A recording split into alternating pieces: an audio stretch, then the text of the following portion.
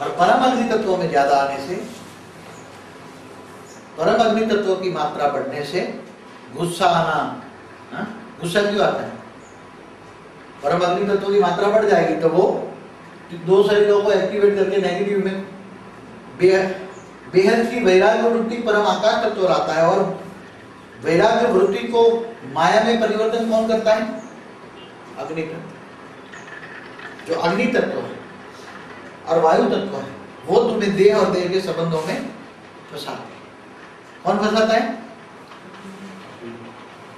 परम वायु और परम अग्नि। मगर परम वायु और अग्नि क्यों बढ़ती है?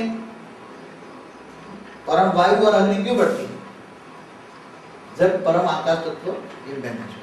परम आकाश तत्व क्यों इम्बैलेंस होता है? फिर आगे भी ये बताया था कि ये सारे तत्व इम्बैलेंस, पांचों तत्वों का इम्बैलेंस करने के लिए स्थूल उपचार किया जाता है। क्या करते हैं? स्थूल उपचार किया जाता है। मगर स्थूल की जगह सूक्ष्म में उपचार करो, तुम्हारा कारण शरीर जागरूक हो जाए, परम आकाश निसंकल्प रहो, आत्मस्वरूप में रहो। तो जब इसका कारण का निवारण क्या है और सूक्ष्म शरीर को कैसे कार्य करो? तुम दिव्य लोक में रहने वाले थे, तुम्हें पता जाएगा तुम दिव्य लोक में रहने वाले देवता थे, तो तुम यहाँ बैठे हो, तुम यहाँ बैठे हो और बैठे बैठे अपने सूक्ष्म वतन में, दिव्य लोक में अपने दिव्य शरीर को याद करो। तो क्या बोलना है? परमात्मा जब कलयुग के अंत में आता है सबको क्या बताता है? बच्चे तुम दिव्य लोक में रहने वाले हो, तुम दिव्य लोक से आए हो और तुम्हें वापस दिव्य लोक में जाना है। तो तुम अपने दिव्य शरीर को याद करो। क्या करो? दिव्य शरीर को याद करो। तो जब तुम ये 9 कला के आसपास तुम याद करते हो अपने दिव्य स्वरूप से, तुम संकल्प से अपने दिव्य स्वरूप को याद करते हो, तो तुम्हारा संकल्प यहाँ तक अपने सूक्ष्म शरीर पर जाता है, दिव्य शरीर पर जाता है। और धीरे धीरे धीरे यहाँ दिव्य लोक की परम तत्वों की मात्रा 100% है, अगर परम तत्वों की मात्रा 100% है तो धीरे धीरे तुम्हारे पास परम तत्वों की मात्रा यहाँ आती जाएगी। और परम तत्वों की मात्रा आते ही तुम्हारा सूक्ष्म शरीर परम तत्वों का चार्ज होगा। और जब आत्मा के अंदर पावर आएगी तो परम तत्वों की मात्रा बढ़ने से, परम तत्वों की मात्रा बढ़ने से, परम आकाश तत्व बढ़ने से क्या करेगा? परम वायु तत्व बैलेंस हो जाएगा, परम अग्नि तत्व बैलेंस हो जाएगा।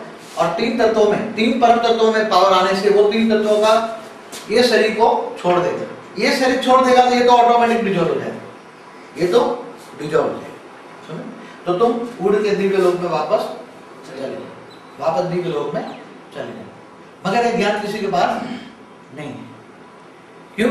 ऋषि मुनियों के पास नहीं था। क्यों नहीं था? क्योंकि इनके पास गिरने का ज्ञान किसी के पास नहीं था।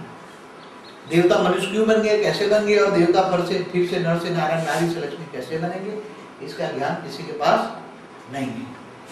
क्योंकि सबके पास टूल है। 5 तत्वों का जो भी मेडिसिन निकलती है 5 तत्वों को क्योर करती है। 5 तत्वों को टेम्पररी, तुम्हारे 5 तत्वों को आराम मिलेगा।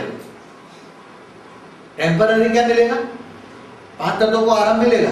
मगर रोग और शोक का जो कारण है, अगर उसका रोग होने का जो कारण है, उसको कारण को अगर हम ज्ञान से समझे और कारण का निवारण करें तो सारे रोग खत्म हो नहीं। मगर वो लोग कहते हैं कि गर्भ गृहस्थ में रहकर ये पवित्र जीवन बिताना, क्योंकि ये सारी शक्तियां आती है प्योरिटी से, सारी जो गड़बड़ हुई हो गई है अपवित्रता से। इंसान क्या बन गया? देह और देह के संबंधों में फंसने के कारण, देह और देह के संबंध में मोह में आने के कारण अपनी शक्तियों को खत्म कर चुका है।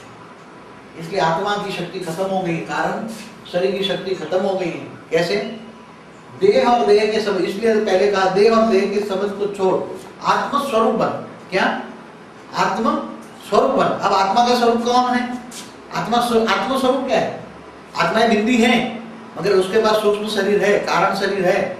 तो कारण शरीर है आत्मस्वरूप। आत्मस्वरूप बन, उस परमात्मा को याद कर। मगर परमात्मा यहाँ नहीं कहते मुझे याद कर, क्या कहते हैं? अपने दिव्य स्वरूप को याद कर। जो देखोगे वो सोचोगे, और जो सोचोगे वो बनाओगे। इसलिए कारण का निवारण है ज्ञान। ज्ञान से लगता है योग। कहाँ योग लगाना है आपको? योग माने याद करना है। क्या करना है? खाते पीते हरते भरते अपने दिव्य स्वरूप को याद करना है। जैसे दिव्य लोक में रहते हो ऐसा अनुभव होना चाहिए, दिव्य शरीर का, दिव्य स्वरूप और दिव्य बुद्धि का अनुभव होना चाहिए। और जब दिव्य बुद्धि आएगी, दिव्य स्वरूप आएगा, तब धीरे धीरे करके आत्मा के अंदर पावर आएगी, सूक्ष्म कारण शरीर में पावर आएगी। जब कारण शरीर में पावर आएगी, अब तुम्हारे विकर्म कहाँ नोटिंग है? जन्मों जन्म के जो विकर्म है वो कहाँ नोटिंग है? कारण शरीर। कारण शरीर के अंदर विकर्म बढ़ने से तुम्हारा कारण शरीर के अंदर परम तत्वों की मात्रा डाउन हो, और परम तत्वों की जो मात्रा थी उसके अंदर, परम तत्वों के अंदर परम नेगेटिव कॉस्मिक, ब्लैक कॉस्मिक आ गई। अब कारण शरीर तुम्हारा क्या बन गया है? Black cosmic. सारा जो है कारण शरीर ब्लैक कॉस्मिक का बन गया। अब ब्लैक कॉस्मिक के शरीर को तुम जब योग बल से ऊपर से गोल्डन कॉस्मिक उतारोगे तो गोल्डन कॉस्मिक आती जाएगी। तो गोल्डन कॉस्मिक आने से, गोल्डन कॉस्मिक माना गोल्डन परम तत्व, गोल्डन परम तत्व के अंदर, गोल्डन परम तत्व के अंदर परम आकाश तत्व की मात्रा ज्यादा होती है। गोल्डन कॉस्मिक क्या है? तो मेन 7 कलर की कॉस्मिक है। तो जो परम अग्नि है उसकी कॉस्मिक का कलर क्या है? रेड कलर है। परम वायु तत्व है उसका कलर क्या है? Dark blue. ब्लैक कॉस्मिक का कारण ब्लैक कॉस्मिक भी है। ऐसे 7 कलर की कॉस्मिक पावर है। तो 7 शरीर है, 7 शरीर इसके अंदर, कारण शरीर के अंदर 7 शरीर समाये हुए हैं। और 7 शरीर किनको प्रभावित करता है?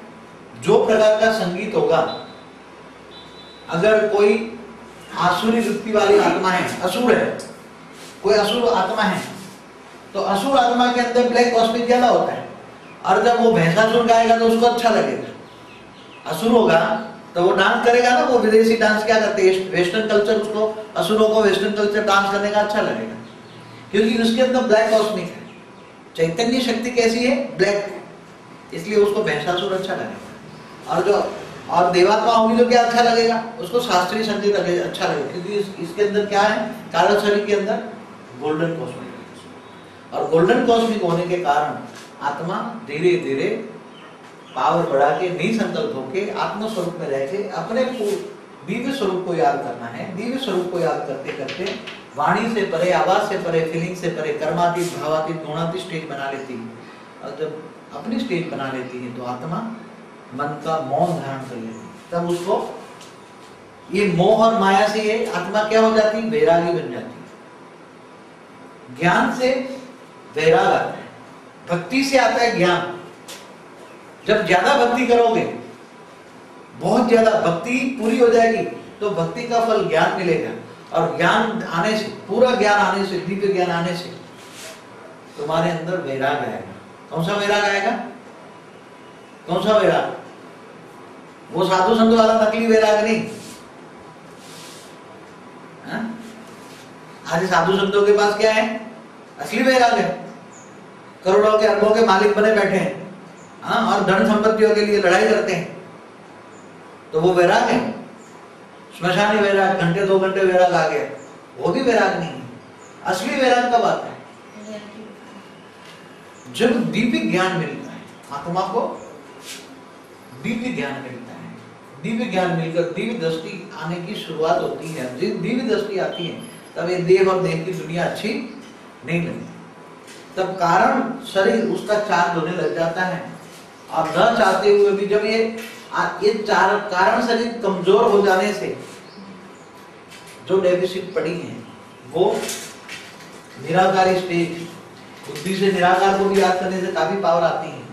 संकल्पों से निराकार याद करो तो भी कॉस्मिक पावर तो आती है। परमात्मा को अगर निराकार भी समझ लो तो भी कॉस्मिक पावर आती है। मगर कॉस्मिक पावर कैसे खींच रहा हूं उसको भी तुम्हें संकल्प करना पड़ेगा कि मैं दिव्य लोक में दिव्य सूक्ष्म शरीर